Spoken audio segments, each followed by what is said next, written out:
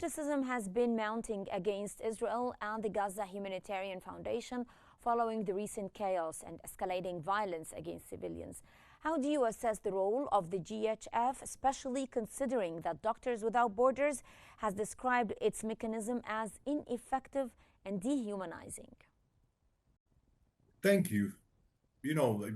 This kind of mechanism shown that it served the Israeli occupation goals.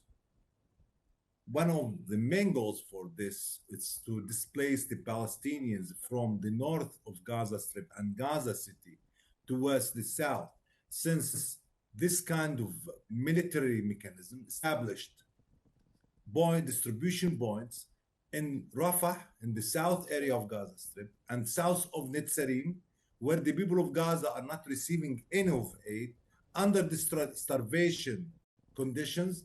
The Palestinians obliged to move from the north towards the south, which means forcible evacuation of the people in order to let the Israeli to reoccupy the total of Gaza Strip. And was announced clearly by Israeli Prime Minister Netanyahu when he said the first step to have this military distribution point.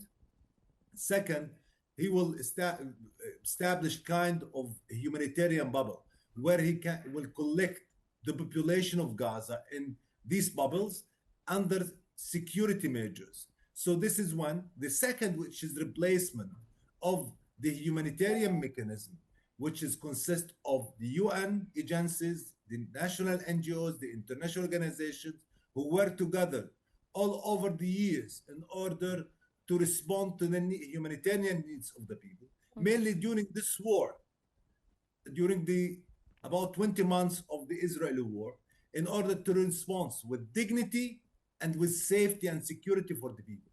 And one of the things that we are doing as a humanitarians, we are getting aid to the people. We are not moving the people towards the aid. The people of the south has to move and to walk about 2 hours in such risk.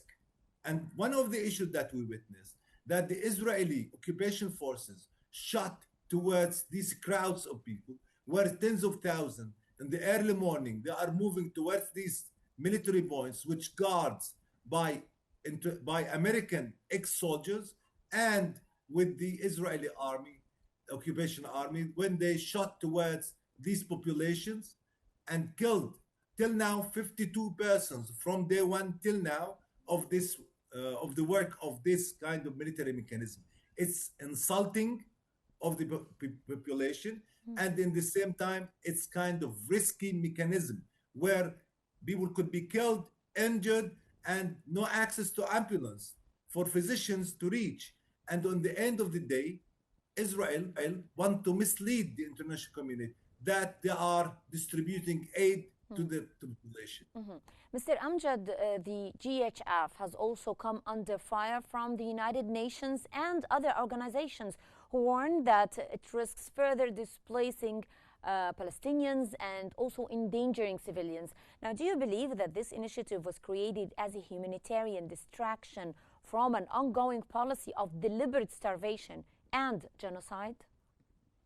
Yes, and maybe you remember the resignation letter of the ex-CEO of the GHF when he said this mechanism will not respect the humanitarian principles.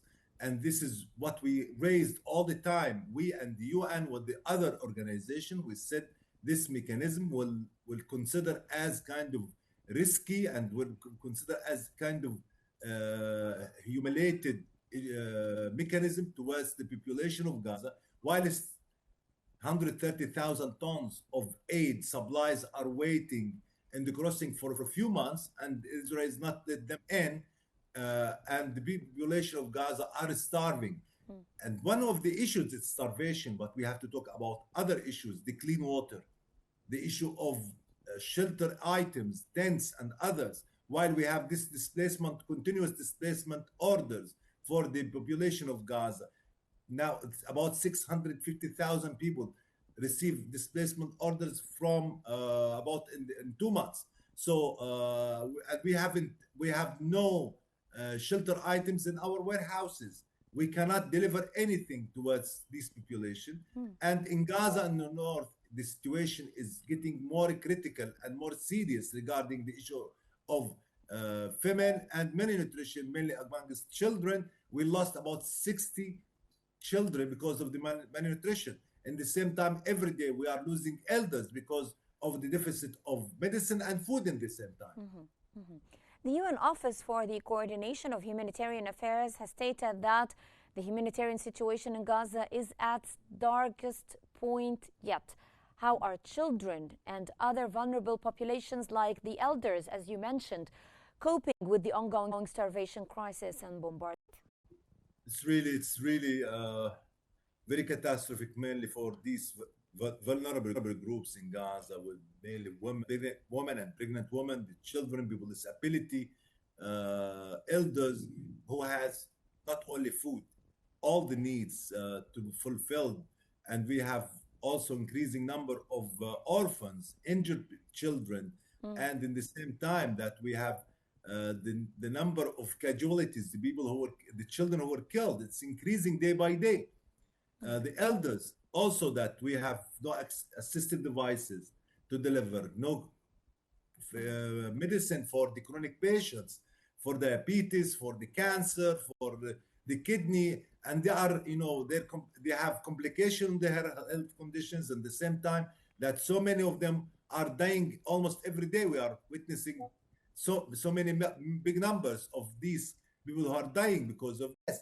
In the same time, people with disability, that they are staying in tents, no hygiene, no sanitation, nothing to deliver to them. And in the same time that sometimes they are asking for simple things we cannot offer. And we have thalassemia case syndrome, which is we have no food for them, cerebral palsy, special food. So these cases, we don't want to leave them behind. But the case here that we have nothing to deliver to these categories of the people who are in bad need for assistance. The United Nations and multiple aid organizations have also condemned the weaponization of humanitarian aid. How should the international community respond when aid is allegedly used as a tool of war or forced displacement? It's unprecedented mechanism used in Gaza, and ever we witness this, never we witness this in any other context all over the world, in war or humanitarian catastrophes. This is the first time to witness that military companies to distribute aid to the people, and that people to be moved to kind of military basements to receive aid with fence roads and such things. This is something that the international community has to consider. If this will happen in Gaza, it will move to other contexts. So we have to stop it with all meaning, to boycott this mechanism, on the same time to have an urgent actions towards delegitimize this mechanism with all full meaning. We have no other option, just the humanitarian traditional mechanism, the UN, UNRWA, the NGOs, and the national and international organizations. So this is why we have to work together to apply it in Gaza Strip. This mechanism which respect the dignity of the population. In the same time, they have kind of safety procedures. And we are, as I said, we are getting aid to them in their sites, in their neighborhoods. And we are working in inclusive approach, not only food, but we are talking about psychosocial support, health, water, sanitation, and other things that we have to deliver to the population here. Reopening of the crossings, it's urgently required and asked from the international community to act now for this. Okay, in your own view, to what extent has Israel's conduct in Gaza crossed the threshold of collective punishment, and how should humanitarian bodies and legal institutions respond to such violations? This is from day one we said it, accountability and applying justice is something supposed to be applied in order to have justice for the victims and at the same time that Israel not put forward the issue of reoccupying Gaza, deport of the people, and to apply genocide on the Palestinians. This is what we are suffering from since there is no accountability, no real position from the international community to act. We're just listening to some condemnations, concerns, but we need to see actions. Actions is needed now for life saving of these children, of these women. Every second in Gaza is worse than it's the other one. So it's a really critical time that we are passing through, and I have concerns regarding the lives of tens of thousands of children who are malnutrition or due to this kind of suffocation and the daily killing by airstrikes. Mhm.